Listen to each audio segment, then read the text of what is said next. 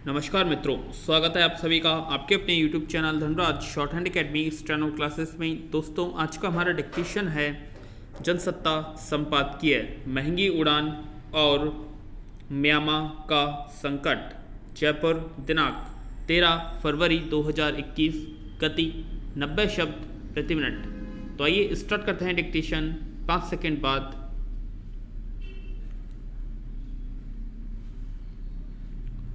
Start.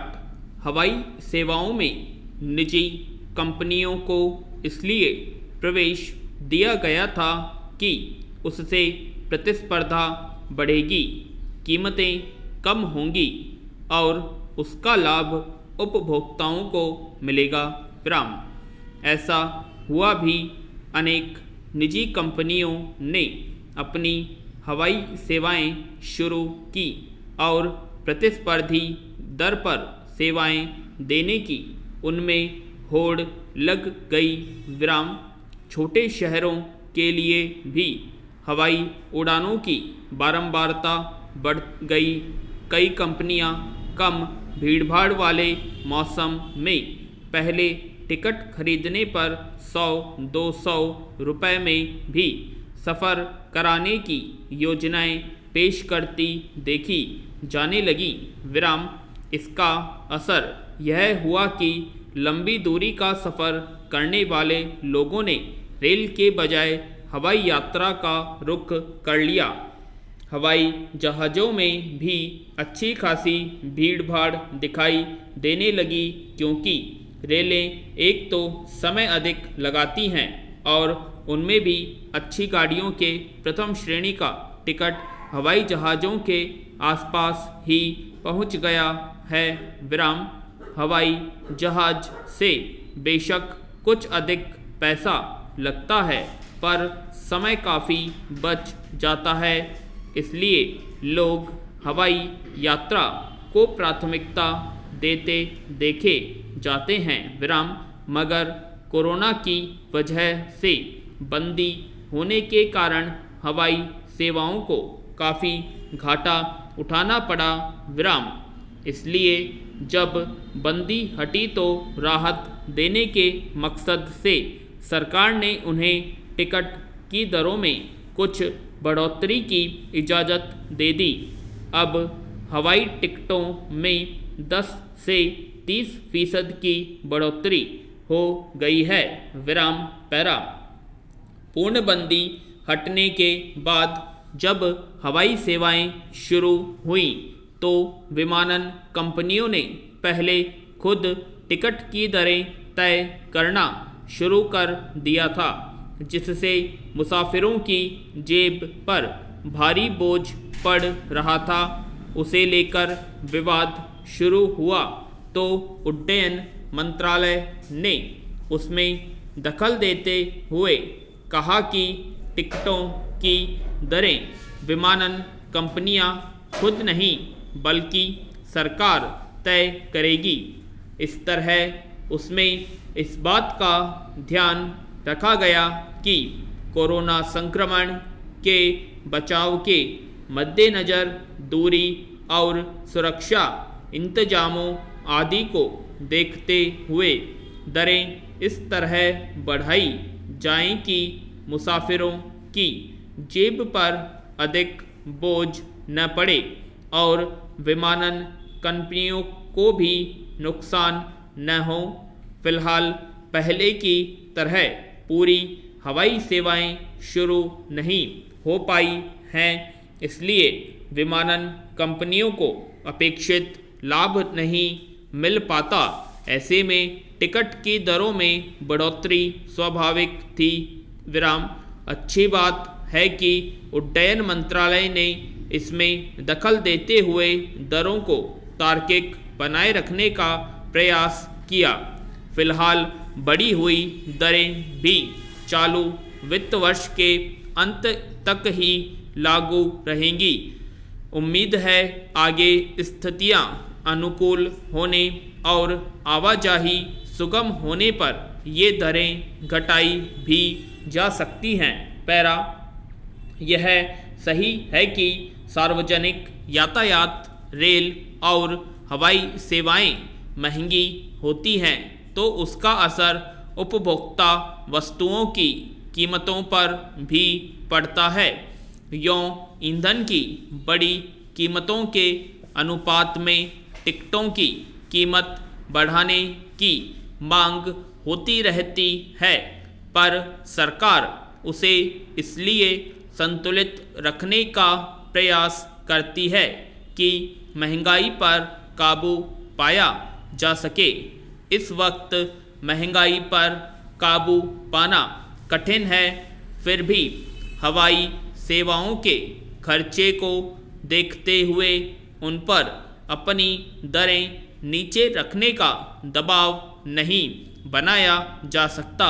विराम इसलिए सरकार ने दूरी के हिसाब से टिकट दरों की 7 श्रेणियां तय की हैं और विमानन कंपनियों को निर्देश है कि वे अपने अधिकतर टिकटों की बिक्री इन्हीं श्रेणियों के अंदर रखेंगी।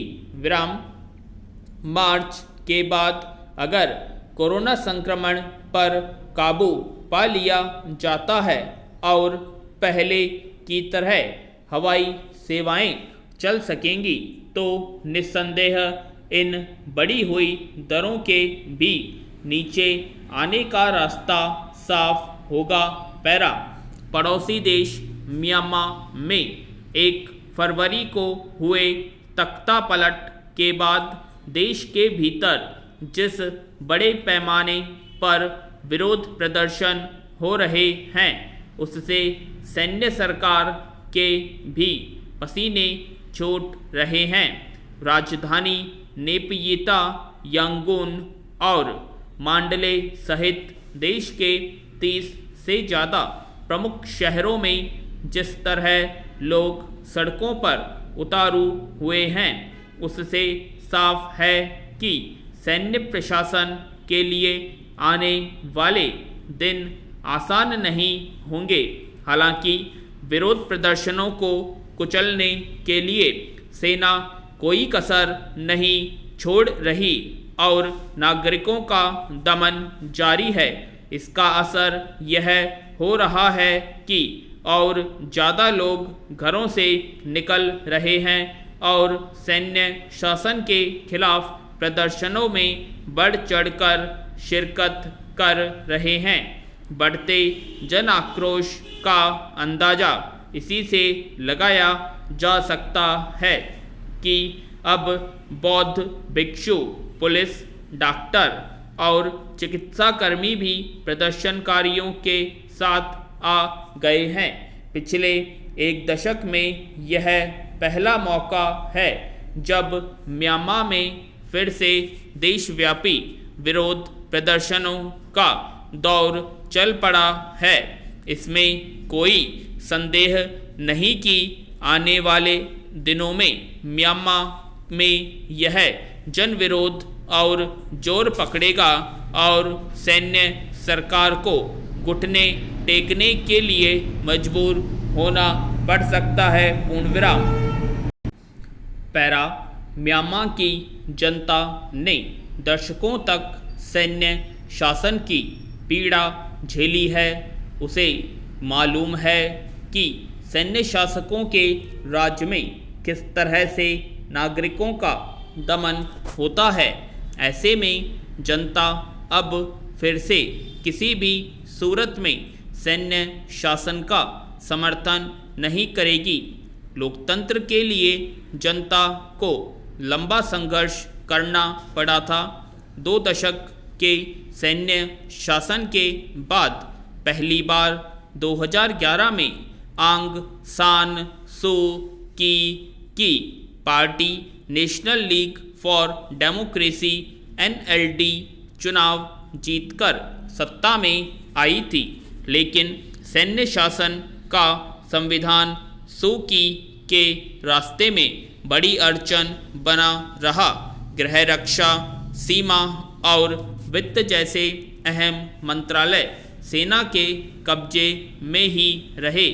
सेना से मुक्ति के लिए NLD लंबे समय से संविधान में संशोधन की मांग कर रही है विराम, इसलिए सेना सतर्क है।